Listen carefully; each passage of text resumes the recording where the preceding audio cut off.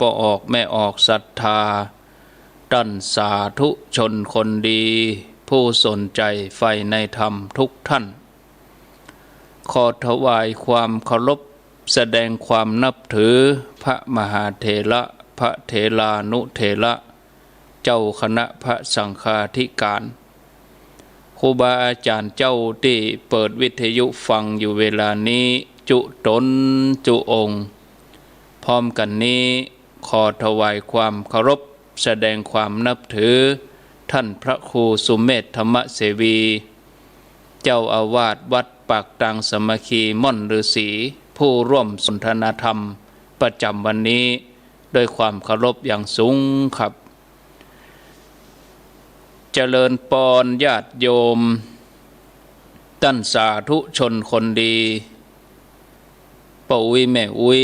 นักศีลนักบุญเท่าแก่น้อยใจยิงทั้งหลายทุกท่านมาปะกันแล้วเนอมาปะกันแล้วม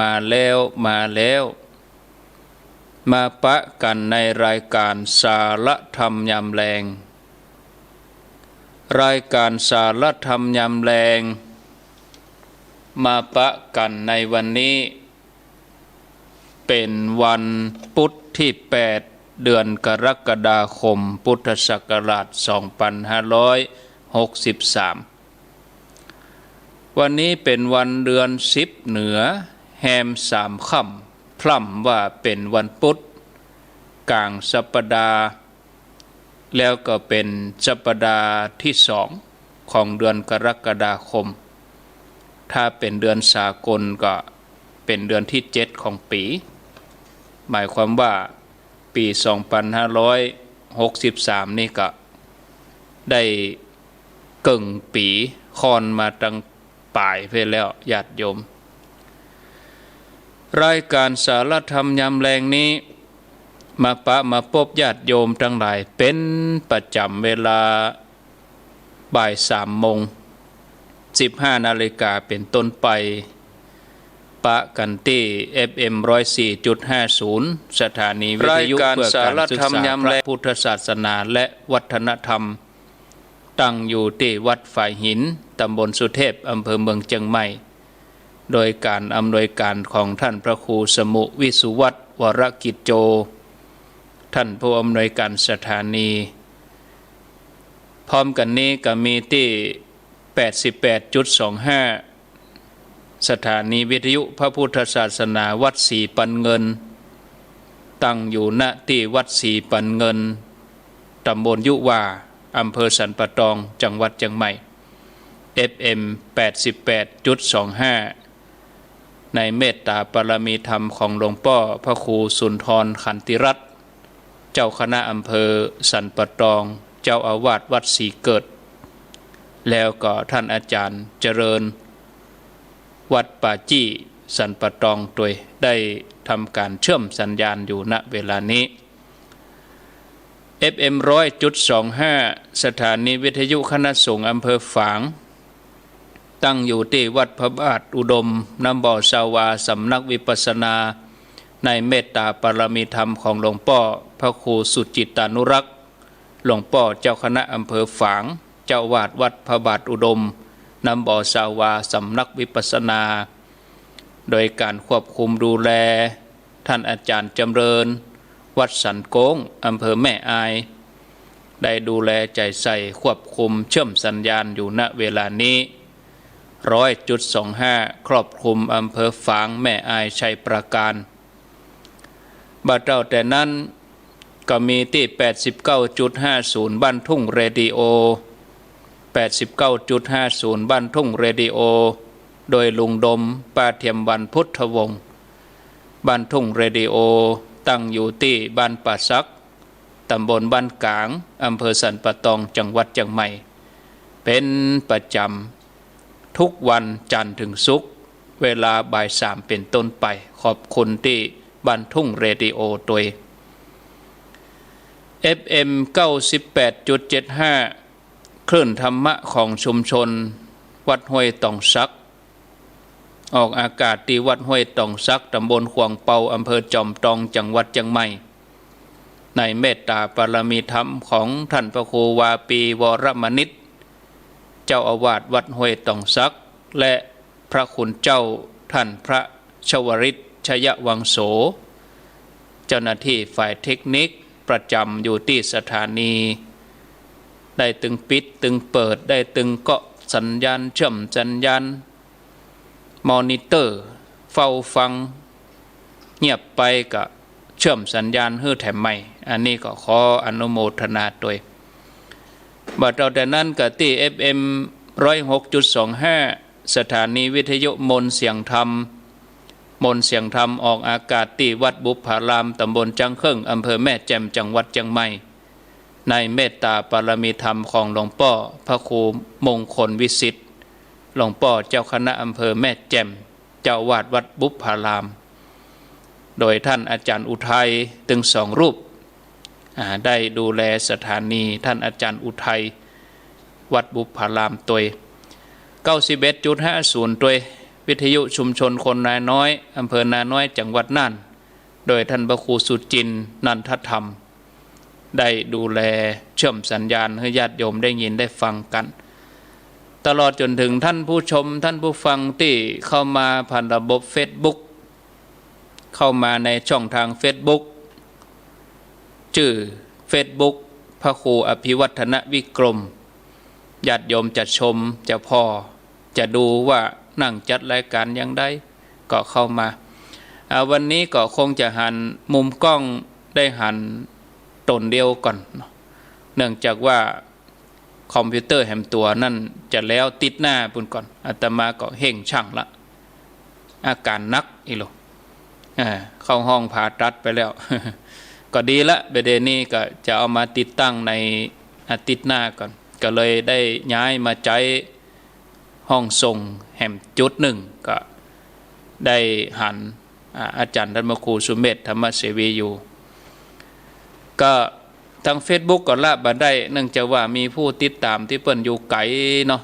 อยู่ต่างจังหวัดอยู่ต่างประเทศบางทีก็มีผู้ที่ต้องการจะเข้ามาย้อนหลังติดตามเข้ามาอยู่กรุงเทพมหานครก็มีแถวต่างประเทศก็มีต่างจังหวัดก็มีก็จำเป็นจะต้องมีช่องทางการถ่ายทอดให้ได้รับชมกันช่องทางแถมอันหนึ่งก็ทาง Facebook ของวัดฝ่ายหินคลื่นธรรมะคลายเครียดก็ดีคลื่นของทางวัดฝ่ายหินก็ดีก็เชื่อมสัญญาณอยู่ก็ขออนุโมทนาแม่สรินทิพย์บุญเลิศอยู่กรุงเทพมหานครธนวัฒน์พุทธงามวัดเก่าเจริญธรรมสุกัญญาแก้วสุยะอันนี้อยู่ห้วยสายตะลี่แม่เดินเพนทิมบางอยู่สันปะตองแม่วังจำลองจันทโพพระธาตุจอมกิติสันทรายจังใหม่อันนี้เนาะนุชชัยแก้วอนุโมทนาติดตามตั้ง104ชัดเจนดีอันนี้อยู่ในเวียงกลางเวียงจังใหม่สุภาพรอุปนันทะนิดหน่อยแสนอ้ายอนุโมทนาแจ้งเข้ามาว่าวันที่12จะไปร่วมทำบุญด้วยเนอะว่าอนุโมทนาสาธุวราพรสุกเกษมเวียงทองติดตามตั้งคลื่น4ปันเงินเสียงใสชัดเจนดีมากรายงานให้ทราบอันนี้สาธุเนอะโยมไม่ได้บอกว่าอยู่บ้านไหนแต่ติดตามตั้งคลื่น 88.25 สีปันเงินแล้วก็เป็นประจำเนอะสีปันเงินนี่นะทุกวันพุธบ่าย 3 ถึง 5 โมงแล้วก็ทุกเจ้าด้วยเวลาเมื่อเจ้าทุกเจ้า6 โมงถึง 7 โมงทุกวันที่ 88.25 เจ้านั้นญาติโยมก็ฟังที่ 89.5 บันทุ่งเรดิโอ1 ชั่วโมงตี 5 ถึง 6 โมง6 โมงก็ไหลมาที่สีปันเงินเนาะ 88.25 ฟังต่อเนื่องกันไปแต่ถ้าอยากฟังต่อเนื่องกับที่แดนดินทินละนาอย่างแต่เจ้านี่เปิ้นเครื่องส่งเปิ้นปิดเนื่องจากว่าแต่คืนนี้เป็นฟ้าเป็นฝนเนาะโยมก็ฟังที่บ้านทุ่งเรดิโอ6 โมงก็ไหลไปที่สีปันเงินอันนี้ติดตามอยู่สารปี 104.5 ฝ่ายหินชัดเจนดีอนุโมทนากับ แม่จัญญาฟองศักดิ์แม่จงดีแม่จงดี100.25แม่จงดีก็ว่ารวมตัวกันแล้วเนอะจะมาวันที่12อนุโมทนาหลายคนอยู่เนาะตั้งแม่อายตั้งฝั่งก็ตัวไปเลินก็จะนำศรัทธาญาติโยมมาตวยท่านอาจารย์จำเริญโยมเจ๊แจ่มใสอนุโมทนาอยู่กรุงเทพมหานครเจริญปอนโยมเปียกนะเนาะวิไลเชียงบุญศรีไลพงหมูฟังจากดอนจันทร์คงจะเป็นดอนจันทร์เชียงใหม่ใกล้วัดดอนจันทร์นะเนาะอนุโมทนามัทนาอัมพันธ์อยู่แม่แตงนี่นะอนุโมทนาบัวจันหอมบัวจีอนุโมทนาแม่หลวงสายฝนจันกุณะอนุโมทนาวนิดาสุดใจลำจวนละอองอยู่สันทรายชัดเจนดีเรนูชัยวงศ์สารปีชัดเจนอนุโมทนายมที่พิมพ์ข้อความไหว้สานมัสการกายะไหนได้พิมพ์แล้วก็ขอให้พิมพ์พิกัดให้ตัวเนาะพิมพ์แจ้งพิกัดตัวไหว้สาเจ้าฟังอยู่โดยสเก็ตเนอร์สันทรายเนอร์สารปีเนอร์ยะเพราะว่าจะได้หูเนาะแม่จีรพันธ์โมป้อนี่อันนี้เป็นอยู่เวียงเป่าเป้าบนหมู่เวียงเป่าเป้าก็รถบัสกัน2 กันเนาะรถตู้ทำร้ายกันที่จะมาวันที่12ลวดมาเอวโดยสุเทพวัดพระสิงห์มหันคำเตื้อว่าพันว่านะแม่อุ้ยนั่น70-80ถามว่าเคยมาไหว้พระเจ้าเก้าตื้อโอ้เกิดใหญ่มามหันคำเตื้อท่านพระครูจะมาเอวเหตุกรรมวันที่12จะได้ก็จะปาไปไหว้เนาะวัดสำคัญในเชียงใหม่เขาวัดพระธาตุดอยสุเทพแล้วก็วัดสวนดอกในพระเจ้าเกาตื้อแล้วก็ที่วัดเจดีย์หลวงอัมพาพันธ์ชัยเมืองยองโยมที่โทรศัพท์มานี่เหตุใดมหูเนาะอาตมาบ่ฮับเตือนกดวางไปโยมถ้าจะโทรมารายงานบอกว่าฟังอยู่เนอะโยมบ่ต้องโทรเนาะโยมบ่ต้องโทรละเอาไว้ใต้รายการเอาเนาะถ้าจะโทรมาว่าฟังอยู่เนอะชัดเจนดีถ้าจะโทรมานี่ต้องโทรก็เดี๋ยวเราไปอู้กันในใต้รายการเอาถ้าเรื่องโทรศัพท์แต่ถ้าว่าวิทยุมันบ่ดีวิทยุดับไปก็โทรมาแจ้งพอกำเดียวจะได้บอกว่าจุดไหนอีนะกองคำทิศวงอนุโมทนาแล้วก็แหมท่านหนึ่งก็พัฒนันวิจิตรไพศาลกองคำนี่แม่กับพิมพ์กับมือเขาตบมือโบะเนี่ยแล้วก็ ไหนได้พิมพ์แล้วพิมพ์พิกัดเฮกรรมกาเนาะอนุโมทนาเนอะอันนี้อยู่ปงชัยบ้านปงชัยอันนี้แม่ครูธัญญา104ชัดเจนดีพยอมชัยเป่งฟัง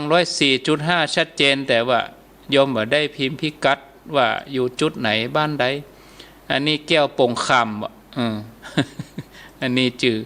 เล็กแก้วปงคำอนุโมทนาอัมพรนินประยุนสาตุชนิดาเสเวตทัศน์แม่สุพินพลหารกับ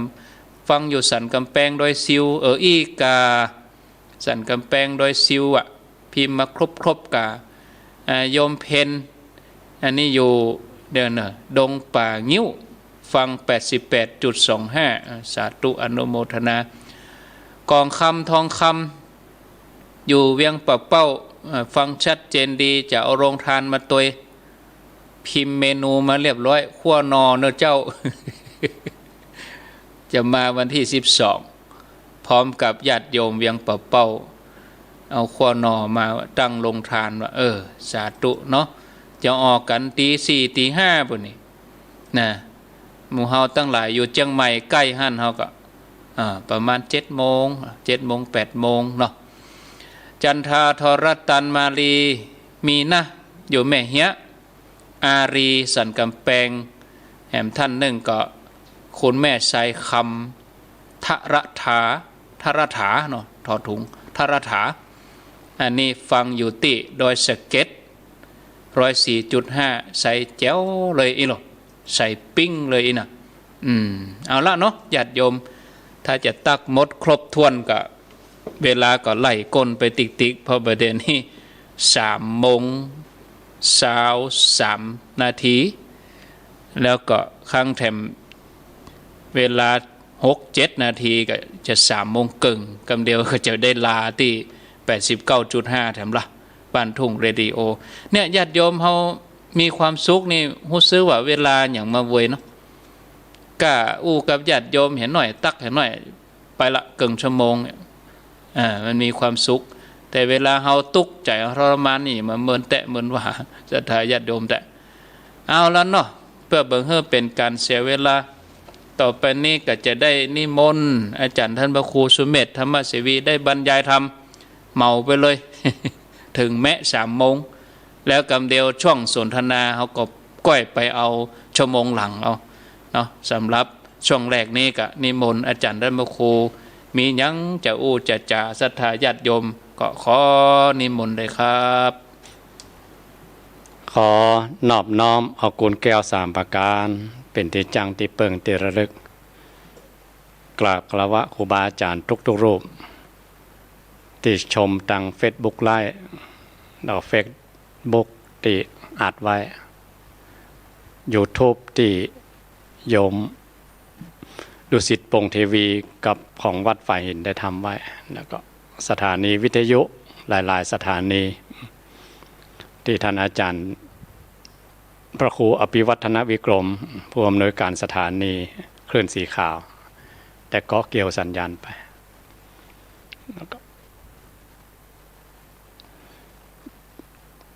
วันนี้วันพุธเนาะก็สวัสดีกันทุกวันพุธตอนบ่ายๆนี่2 ชั่วโมง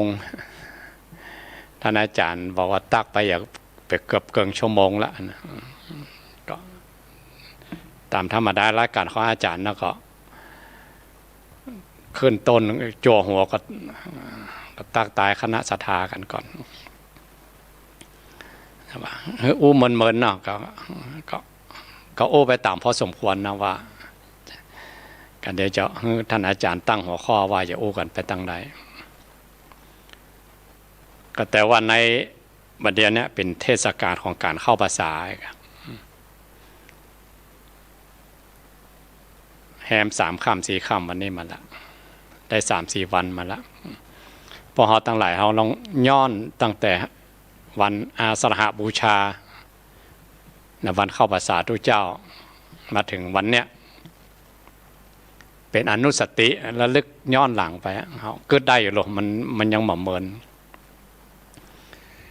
ว่าคุณงามความดีอันใดพ้องที่เราได้ไม่ประดับกายประดับใจเราเอามาเป็นที่เปิ้งเป็นที่ระลึกถ้าคนฝึกกรรมฐานนี่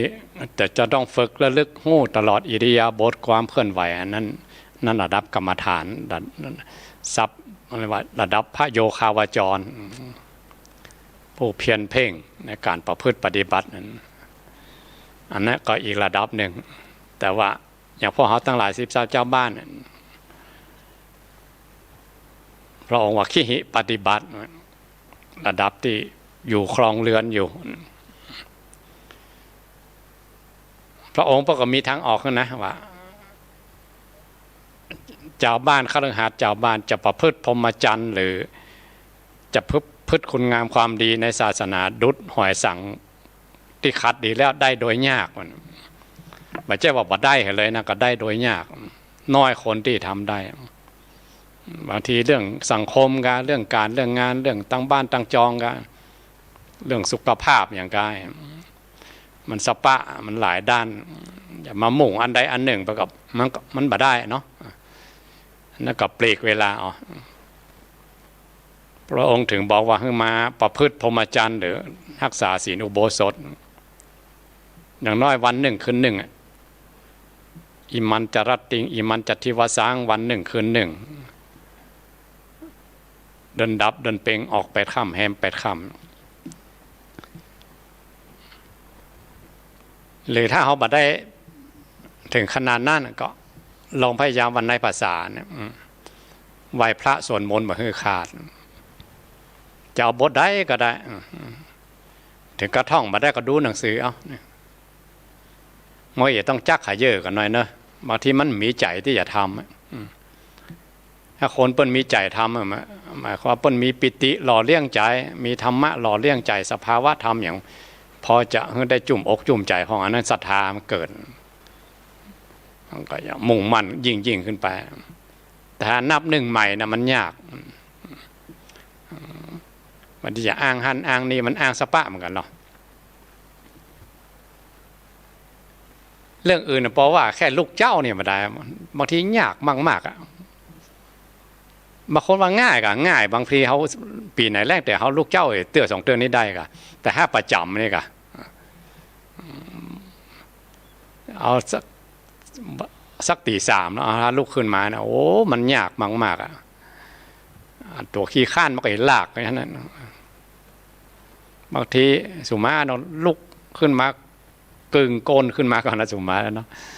โมกโคยุนะมันไข้รับก็ไข้รับเพลียก็เพลียแต่ว่ามันก็ยากการวันค่ำลุกขึ้นมาทำได้อะพอดีมาฝันเฟื่องกันนะวันนี้ลุกขึ้นไปทำภาระธุระอย่างห้องน้ำอย่างเรียบร้อยสดกาแฟสักแก้วสวดมนต์ม่วนดีๆสวดมนต์เสร็จทำความสะอาดท่านนี่ที่อย่าฝันเฟื่องไว้ยังบัดจันยังบัดตันไปทำอย่างอื่นลาบม้อยไปแหมแล้วพอสะดุ้งตื่น6 โมงพุ่นแล้วอันที่มันฝันเฟื่องมันเหมือนจริงใช่อย่างบางที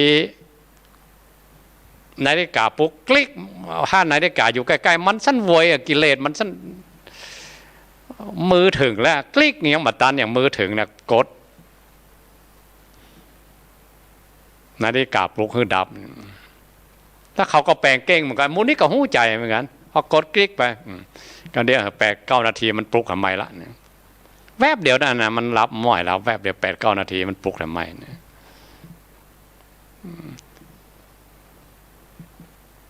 ที่จริงมันขี้ข้านตอนที่ให้ลุกใหม่ๆมาได้ถ้านาฬิกาปลุกคลิกมันดีดพื้นเลยมันต้องมีเหตุผลอย่างอื่นดีดขึ้นมาเลยลูกอย่างเดียวเท่านั้นพอเขาลุกขึ้นมาการโก่งอย่างกระจ่างได้เนาะเข้าไปห้องน้ำห้องท่าล้างหน้าล้างตาอาบน้ำเย็นๆซะดีผมก็ไปเย็นไปถึงกระดูกมันกัดไปถึงกระดูกมันสะดุ้งยะอันนี้หลงนะคันนี้กับกึศเนี่ยจะทำอย่างได้หมดแล้วกันเนี่ยหลงแล้วหรอแต่ว่าตอนที่ลุกใหม่ๆอย่าไปฝันเฟื่องยิ่งไปยาวไปติมันกึศดีโม้ได้กึศให้ดีเหมือนมันกึศดีไปทำบุญทำกุศลทำมั่นทำนี่มันม้อยไปเลยอันนี้ขนาดแค่จะลุกมาได้นะถ้าคนแบบมีใจถ้าปล่อยเลยตามเลยไปเลยแหละแล้วมันจะย่ามมันจะเป็นอาจินกรรมไฟขี้ข้านแต่ว่าเขาก็ยังหมดลุกแล้วไม่อ้างแต่ว่าทีๆกันบึดก่อนย้ำก่อนอ้างไปสปะสเปดมันพุกก่อนมันทื่อก่อนอายุนักขึ้นมาทำหน่อยลูกใหญ่ก่อนลูกใหญ่ลานใหญ่ก่อนวันเวลาก็ผ่านไปเท่าแก่ขึ้นมาแข้งขาลุไปสติปัญญาเสื่อมไปนึกย้อนไปทางหลังหนังจีนมีมกันหรอม้าพันลี่อยู่ในคอกได้กระฝันเฟื่องว่าตัวเก่าจะเป็นม้าพาหนะของคือขุนพลเป็นลบคอยบ้านคอยเมืองมันก็ได้กระฝันเฟื่องอยู่ในคอกม้าพอมันเป็นม้าเท่าไปแล้วมัน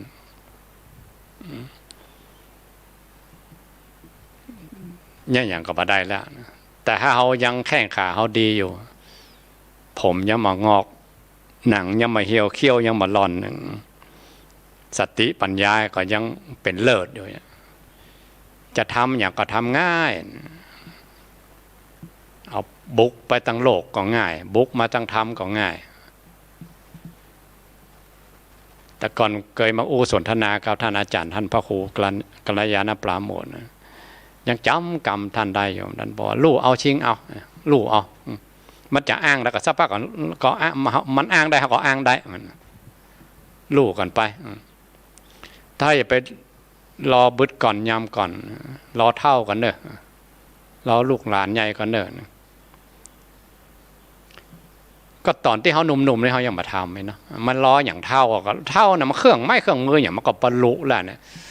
จะให้มันรู้ก่อนแล้วก็มาเข้าวัดเข้าวาก็มันก็บาใจนะก็ตอนที่เครื่องไม้เครื่องมือเขาดีๆอยู่นั่นแหละก็มาอันดีๆเนี่ยก็เขามาถึงมาทำบุญทำกุศลให้มันมีประสิทธิภาพแม้แต่60บริษัทห้างร้านหรือทำงานราชการอย่างต่างๆเพื่อนยังมาเอาแล้วเพราะว่าร่างกายมันเสื่อมแล้วทำงานมันนักคือไปภาคละเองนี่ต่างทำเขายังเหมือน60ก็ยังบ่ถือว่ายังบ่ใจเท่าใจแก่สำหรับที่ว่าจะมาประพฤติพรหมจรรย์แต่ว่าตั้งโลกเพิ่นมาเอาละเองแต่ถ้าเขาทำตอนที่เขากำลังยังดีๆหัวสมองยังดีๆจะท่องสวดมนต์ก็จะประพฤติพรหมจรรย์อย่างนี้จะประพฤติคุณงามความดีหรือท่านอาจารย์ท่านพาไปทัวร์บุญไปหันไปนี้มันก็ไปได้ง่ายเงินทองอย่างเขาก็พอหามาได้อยู่สุขภาพก็แข็งแรงอย่างเมื่อกี่วันเนี่ยอย่างวันที่12เนี่ยอาจารย์ชวนไปว่าเขาไปตานเสาด้วยกันเนาะตานเตียนบางคนก็มีใจพอมีจตุปัจจัยนะก็ตั้งโรงทานก็มีถึงมักมีแต่บ่มีว่าอย่างก็แค่เขามาร่วมกิจกรรมกันนะนุ่งขาวห่มขาวมาพ่อเขาเพื่อเขาเพื่อนเขาผ่อนก็ม่วนศัพท์ธรรมะเรียกว่าอนุตตริยะหันผู้ประพฤติพรหมจรรย์เป็นการหันอันยอดเยี่ยมหันสิ่งที่เป็นมงคลนะเขาจะไปพอทะเลพอภูเขาพอกินลมชมวิวบางคนเป็นนอนบนดอยเป็นนอนตามรีสอร์ทต่างๆหันตะวันขึ้นตะวันตกกันเนี่ยพอป่าพอดอยพอภูเขาไม่น่าถ้าเขามีธรรมะครองใจนะมันม่วนก็ม่วนนะแต่ม่วนแบบโลกมันเอาไปมาได้ครับแต่ถ้าคนกึศเป็นธรรมะภาพต่างๆเสียงต่างๆกลายเป็นธรรมะได้เลยแต่ก็ต้องฝึกกันเนอะถ้าบ่ฝึกถ้าบ่ได้ห้ามได้เฮียนถ้ามีครูมันก็อย่าหันแบบโลกไปอย่างได้ยินเสียงแบบโลกไปอย่างทรัพย์สินสมบัติอย่างนั้นหรือการหันอย่างนั้นการได้ยินอย่างนั้นบัจจัยหันอันยอดเยี่ยมบัจจัยได้ยินอันยอดเยี่ยมการหันอันยอดเยี่ยมเป็นมงคลตาเป็นมงคลหูคือการหันคนที่ประพฤติพรหมจรรย์หันคนนุ่งขาวห่มขาวหันคนกินคนตาลหันแล้วมันจะกระตุกใจก็มีหันแล้วอย่าพลอยยินดีเกิดมุทิตาก็มีมูนี่เป็นบุญหมดละเป็นบ่อเกิดของบุญหมดบางทีเขาบอกโหนะเขาบอกโหว่ามันเป็นบุญแต่ว่าธรรมานุภาพของพระองค์ที่พระองค์ได้วางไว้พระองค์ได้แผ่ข่ายพยานไว้มันฝังเข้าไปในจิตในใจเขาว่าที่เขาลืมไม่ได้อุปมาเทียบอย่างเมมโมรีของคอมพิวเตอร์ของโทรศัพท์ถ้าที่เขาลืมไปแล้วนะหรือเขาบันทึกอย่างไว้ใน Facebook เขาลืมปีนึงมันดีขึ้นมาโอ้นี่มันปีแล้วนะเนี่ยมันก็เก่งเนาะพวกเมมโมรีต่างๆธรรมะของพระองค์เรื่องกรรมเรื่องเวรยิ่งกว่านั้นอีกมันบันทึกไว้หมดเขาจะโห่ก็จ้างบ่โห่ก็จ้างเขาจะลืมไปก็จ้างเปิ่นถึงมีกรรมอุปมาว่าเป็นนายสุวรรณกรรมหนังสือลาบเงินลาบคำบันทึกไว้หมดถ้าเขาได้ยินพ่ออาจารย์เวลาเปิ่นเวรกินเวรตาเนาะบันทึกไว้ในสุวรรณลาบเงินลาบคำของเจ้าการบัญชีไว้เขาจะทำย่างเปิ่นบันทึกไปหมดหรือบางทีในตำรามันบอกว่าปตุกกะลีลำบากที่ไหนเวลาลูกหลานเปิ่นทำบุญหาเคยมีแม่อุ้ยเปิ่นโทรถามกันบุญจะไปถึงก็รอ12 เป่งเนี่ยนะไม่อุ้ยเนาะฟังครูบาขอนิมนต์ครูบาอาจารย์เตะทำเปตาพีเตะรวมหมู่นะบางทีถึงหมู่บ้านเนี่ยบางคนปกตินิมนต์ คนนั้นก็นิมนต์เตศคนนั้นก็นิมนต์เตศถึงบ้านก็เตศกันรวมหมู่กันขอนิมนต์ครูบาอาจารย์ที่เตศทำเมืองเก่งๆบางทีตึงตำบลหรือตึงอำเภอมีบักกี่ตนนะครูบาอาจารย์ที่เป็นเตศทำเมืองเก่งๆเนี่ยไม่ใช่ของง่ายๆในสถานเนอะตุเจ้าว่าบวชเข้ามาไม่ใช่ว่าเตศกันได้กุตนไม่ใช่นะเพื่อก็มีครูเหมือนกันจะขึ้นที่ไหนจะลงที่ไหนจะเอื้อนที่ไหนเนี่ยมันมีครูของมัน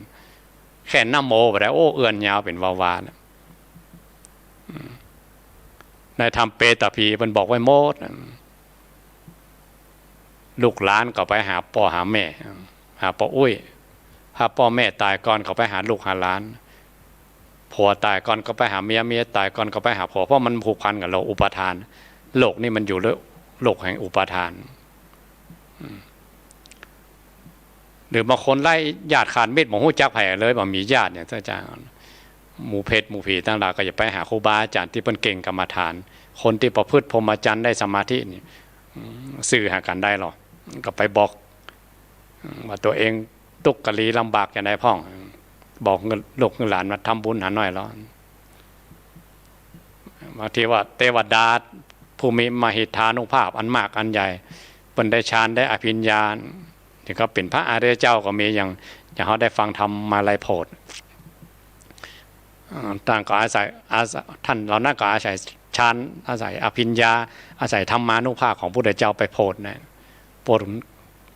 ตุกกะลีลำบากจากอบายภูมิดังหลายได้เนี่ยจะมีในธรรมเปตพีนะ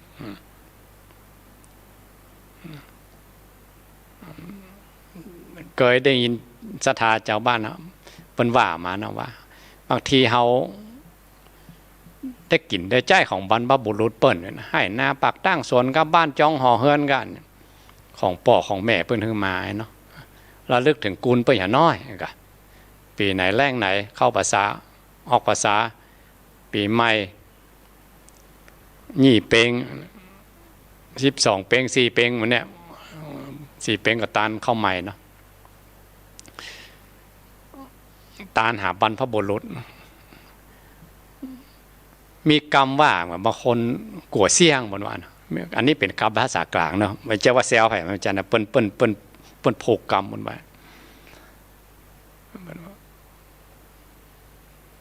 คนพาลที่ไม่ให้ทานเพราะกลัวจนสำหรับบัณฑิตชนทั้งหลายเพราะกลัวจนนะถึงหือตาลอันนี้เป็นกรรมทางใต้พอคือคนพาลเนี่ยกลัวตุกกลัวยากกลัวจะเสี่ยงอย่าหือตาลว่ามันจะเสี่ยงไปหมดไปเสี่ยงไปนะเลยเสียได้กลายเป็นมัจฉริยะทนีที่เหนียวไปอย่างเป็นคนใจแคบไปอย่างแต่คนที่เปิ้นเป็นบัณฑิตชนทั้งหลายคนผู้ฮู้ทั้งหลายคนได้ห้ามได้เฮียนมาคนที่สิทธิ์ที่เป็นสิทธิ์ที่มีครูเนาะนอกจากจะเป็นคนใจกว้างแผ่ไปต่ำญาติพี่น้องยังอุทิศทานไปหายังบรรพบุรุษของตัวเก่าโอ้เขาได้กินได้ใจมีให้หน้าปากตั้งมีบ้านมีจองมีหอมีเฮือนอย่างก็เพราะบรรพบุรุษเปิ้นสืบกันมาบอกฮู้สักกี่รุ่นนะจนมาถึงรุ่นเฮาเนี่ยระลึกถึงกุลแค่ระลึกถึงกุลนี่นะบุญก็เกิดแล้วคนโบราณเปิ้นถึงบอกตกน้ำมาไหลตกไฟมาไหม้คือมันปิดประตูยากจนไปเลยกันแต่บางทีเขาบอกฮู้โดยรอบเนาะเขาก็นึกว่าเขาทำไปแล้วตานไปแล้วมันจะเสี่ยงไปถ้าเขาฮู้โดยรอบอย่างเปิ้นมีตำราไว้ครูบาอาจารย์ก็ถึงบอกคนแต่ก่อนเขาอาจจะคิดเอาเดาเอาคิดเอาเองบางทีคิดเอาเองอาจจะถูกก็ได้อาจจะผิดก็ได้แต่ถ้าเอาศิษย์มีครูเนี่ยครูบาอาจารย์เปิ้นบอกกันมารุ่นต่อรุ่นครูบาอาจารย์ที่เปิ้นสั่งสมประสบการณ์มันนักครูบาท่านผู้เฒ่าทั้งหลายบทตั้งแต่เน้นน้อยถึงท่านผู้เฒ่าเนี่ยเพื่อจะหันเรื่องความดีความชั่วประสบการณ์ของครูบาอาจารย์มาขนาดไหนไปถึงมาสั่งสอนเขาถ้าเป็นคนใจกว้างทำไปเถอะทรัพย์สมบัติมันที่ไหลมาเทมา สุมาขอยกกรรมหลวงปู่หน่อยเนาะหลวงปู่วัดพระธาตุสลีจอมทองทรัพย์สินสมบัติถ้ามานะเพื่อว่าเทียบเหมือนน้ำบ่อน้ำบ่อเขาต้องตักขว้างมันเนาะเขาต้องตักออกน้ำใหม่ไม่ไหลมามันเป็นน้ำบ่อจืมทรายหรอยิ่งตักก็ยิ่งไหลมาก็ยิ่งใส่จิ๊กยิ่งตักก็ยิ่งมาเสี่ยงแต่เฮาลากไว้เฮาบัดตักหลวงปู่ว่าน้ำมันจะเน่ามันจะมักหมมแล้วมันจะเน่าเทียบอย่างใดเทียบมาเขาทรัพย์สินสมบัติที่เฮามาอาศัยในโลกเนี่ยมันเป็นของโลกมันหรอถ้าเอาเก็บเอาค้อนไว้กับตัวเก่ามักหมมคืออย่างตัวมัจฉริยะตัวตนีที่เหนียวยึดมั่นถือมั่นเอาข้อคนโบราณว่ากลายเป็นผู้โสมเฝ้าทรัพย์เลยนะมันไปไหนมาได้มันอะไรก็ตายเป็นเพศเป็นผีเจียกมัดไว้ต้องต้นไม้จุ่มปลวกไว้นะมันไปมาได้นะถ้าเขาอ่านนิยายเปิ้นว่ามีนิยายปอกไว้หรือหนังผีอย่างก็มีเหมือนกันหรอหนังทีวีก็หรือเขาเขียนนิยายเรื่องปู่โสมเฝ้าทรัพย์เนี่ยจะมีครูบาอาจารย์ไปเดินทุดงกันเนี่ยก็ไปหันเขาไปเฝ้าสมบัติเป็นไห้เป็นองค์ยังบอกไปบ่ได้นะเนี่ยมันเฝ้าเนี่ยก็ยังบอกเขามันซื้อหาเขาบอกเขาโอ้เขาก็มันบอกหูเรื่องนะก็ไปบ่ได้เนี่ยเป็นงูก็เป็นเพศก็เป็นผีนะมันจะจริงเทศขนาดไหนก็บอกหูได้แต่นิยายของคนโบราณครูบาอาจารย์เป็นทำเป็นปอกไว้เป็นเล่าไว้ขนาดอยู่ในโลกนี่ก็ยังตุกยากลำบากตนีทีเหนียวไปโดยทรัพย์สมบัติของโลกมันละโลกนี่ไปยังไปบ่ได้นะโลกอุปทานนี่มีเป็นเจือกเล็กอันมัดไว้นั่นมันทำเป็นมีหรอเป็นเจือกเล็กมัดไว้เลย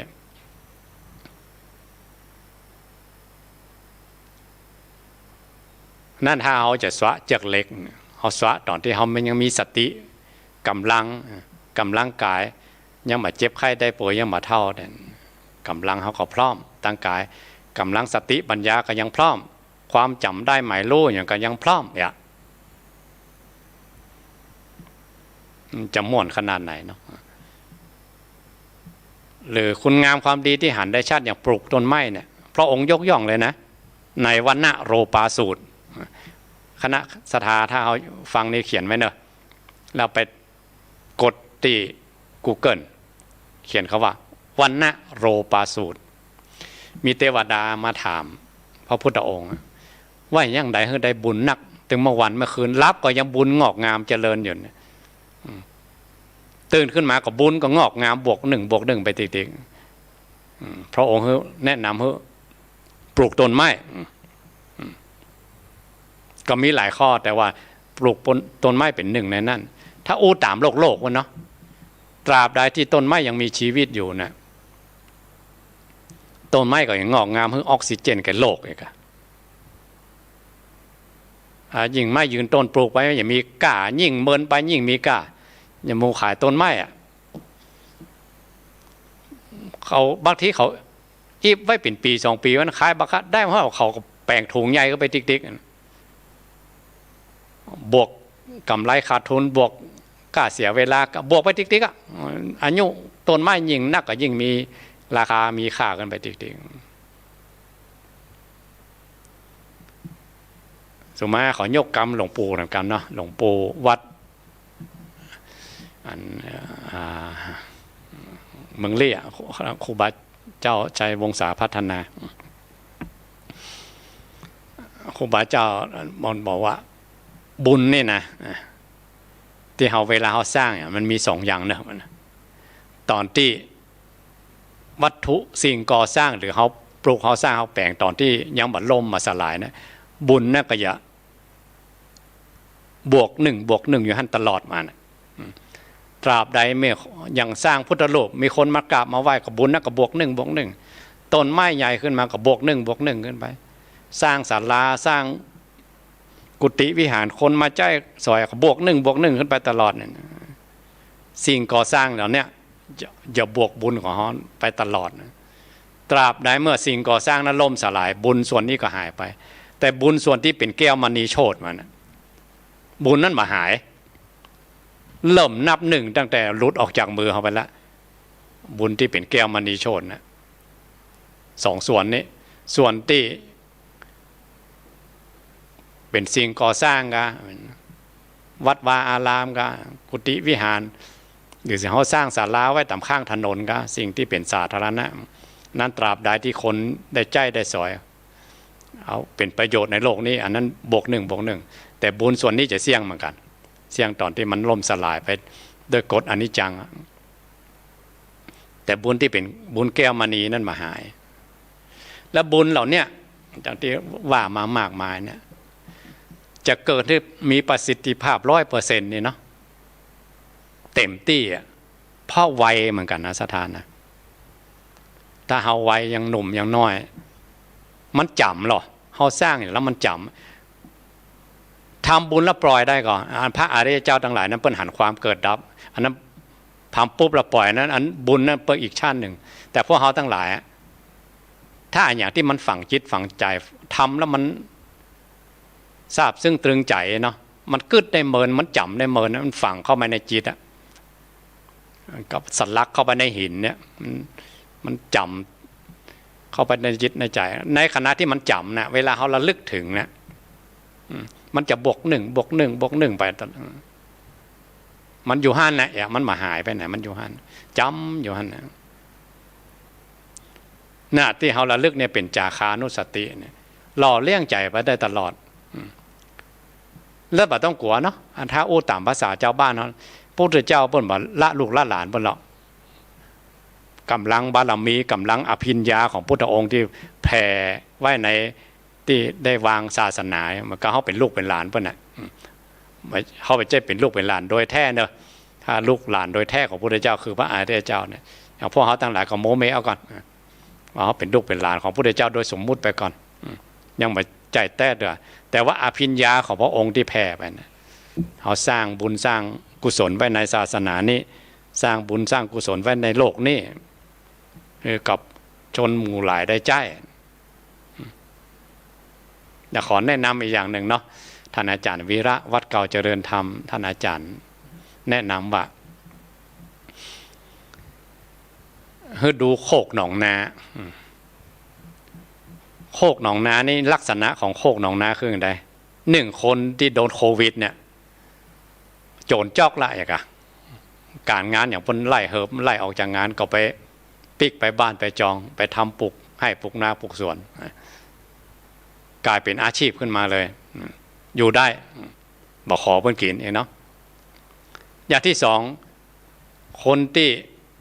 มีกินมีใจละนะทำเป็นแบบนันทนาการมอกหายงอมตินงอมมือเองอะเอาไปมานันทนาการถึงเป็นอาชีพที่2เนี่ยกลายเป็นอาชีพหลักอีกก็มีประเภทที่3คนอยากโห่อยากลองเนี่ยมันอาชีพทำน้ำหลายอาชีพมาทำอย่างนี้ประเภทที่4หมู่เศรษฐีหมู่สัตมีสตางค์เหลือกินเหลือใจเนาะมีหลายประเภทอะถ้าดูไปหมู่นี่ก็บ้าวิชาการเหมือนกันเฮ้ยเขาลองเหมือนสปะทำลองผิดลองถูกบางคนลองผิดลองถูกเป็น10 ปีก็จะอยู่ตัวนักความปลื้มอกปลื้มใจของหมู่ที่ทำโคกหนองนาเนี่ยก็คือพอเขาทำได้ผลแล้วอยากจะให้เปิ้นได้โห่อวดฉันหน่อยกันเนาะอวดฉันหน่อยโอ้มันทำได้ผลจริงๆอย่างนี้นะมันต้องอย่างนี้นะพ่อข้าทำได้ผลมาละทำมาเป็น10 ปีนะอูแบบเต็มปากเต็มกำอันนี้แบบโลกมันเนาะว่าเปิ้นทำมานักไรค่ะทำมาอย่างเชี่ยวชาญชำนาญนะจนบอกคือคนทำตั้งหลังทำอย่างง่ายๆหลวงพ่อเขาตั้งหลายเท่ามาต้องถึงก็เป็นเศรษฐีมั่งมีสีสุกอย่างมาล่ำมาเหลือแค่พออยู่ได้เนาะเราดูหมู่ตีทำโคกหนองนาหรือบางคนบ้าปลูกต้นไม้นะปลูกต้นไม้คือสาธารณชนปลูกตามข้างถนนไปปลูกตามป่าตามดอยคนได้กินได้ใจนกหนูอย่างนี้ก็มีหมู่นี่เขามันก็พวกบ้าเหมือนกันนะเนาะบ้าทางดีนะเนาะพวกสุดโต่งอีกก็มี ถ้าอยู่กับต้นไม้ต้นตอกอยู่กับหันมูลนี่ที่เขาทำเขามีความสุขมีความสุขมาถึงแม่บ่มีเงินมีท่องเหลือเฟือแต่ทำแบบมีความสุขอยู่กับไห่กับสวนอยู่กับพักกับไม้อยู่กับต้นไม้ต้นตอกมันอยู่กับต่งกับนามันอันนั้นเรื่องแบบตังโลกเนาะแต่ถ้าตังธรรมเขาเนี่ยเขาก็ลองทำอย่างที่เขาทำโคกหนองนานถ้าเราทำเหมือนไปความเชี่ยวชาญความชำนาญหรือทักษะอย่างมันเกิดเนี่ยก็สั่งลูกสอนหลานไปเป็นรุ่นต่อไปตั้งหน้าแถมอย่างพวกเขาทั้งหลายได้เรียนธรรมะได้ฟังธรรมะคุณสมบัติของอุบาสกอุบาสิกามีข้อหนึ่งนะว่าอย่าละเลยการฟังธรรมมันฟังธรรมจะเป็นข้อคิดข้อสะกิดเตือนใจพวกเขาทั้งหลายบางทีมันลืมไปบางทีเขาตัวใจต่อเก่านักลำไปวันดีมันเหลิงไปมันมาฟังให้มันกระตุกใจให้หน่อยฟังให้มันหุกคิงแถมหน่อยมันเหลิงมันมีเหมือนกันหรอมาที่เฝ้ามันมดเนี่ย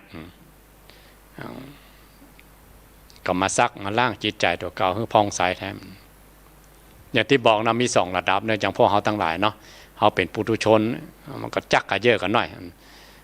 ถ้าอกุศลมาแห้งก็ลากเขาไปกุศลกรรมแห้งเขาก็ลากมันมาแต่พระอริยเจ้าทั้งหลายเพิ่นมีอันเนอะเพิ่นเรียกว่าสมุทเฉทเพิ่นมีละเป็นผู้ประเสริฐละอริยสาวกของพระพุทธเจ้านะนั่นพวกเขาทั้งหลายเนาะสัมปันโนตั้งโลกเขาก็ถึงพร้อมไปตั้งธรรมเขาก็ถึงพร้อมไปบ่ขาดอันใดอันหนึ่งเดินเป็นหน้ากระดานไปเกิดมาถึงจาดเขาจะมีคุณค่าอาจารย์ให้อูเกิงชั่วโมงเนาะก็พอสมควรแก่เวลาบุญใดกุศลใดที่ฟังกันช่วงแรกนี่ก็คือบังเกิดมีกับพวกเขาทั้งหลายทุกๆคนเนาะอาจารย์จะอูจากันไปตั้งใดคำนิมนต์ท่านอาจารย์ครับครับสาธุเอาและศรัทธาญาติโยมท่านสาธุชนท่านทั้งหลายได้ฟังท่านพระครูสุเมธธรรมเสวีได้ได้จ๋าได้บรรยายเชิญชวนศรัทธาญาติโยมได้ประพฤติปฏิบัติในช่วงเทศกาลเข้าพรรษาก็พอที่จะเป็นข้อคิดสะกิดใจนำไปปฏิบัติเนาะหลายท่านนี่ทำมาตลอดอยู่แล้วก็เพิ่มเติมเข้าไปแถมหลายท่านที่ทำอยู่เป็นประจำสม่ำเสมอก็เพียรทำไปเรื่อยๆน้อมระลึกนึกถึงบุญกุศลที่เราทั้งหลายได้ทำหลายท่านที่ยังไม่ได้ทำเตื้อก็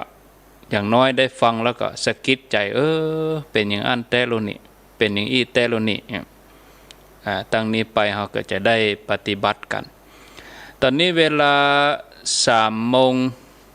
บ่าย 3 โมงกับ56 นาทีเหลือเวลาแถม4 นาทีจะ4 โมงก็คงจะต้องได้พักที่ 89.5 บ้านทุ่งเรดิโอเนื่องจากว่าบางสถานีเปิ้นก็รับ1 ชั่วโมงส่วนสถานีที่ฮับไปถึงเวลา 17 นาฬิกาหรือว่า 5 โมงแรงกำเดียวเฮาก็มาอู้กันต่อในช่วงที่2สำหรับ 89.5 ก็ขออ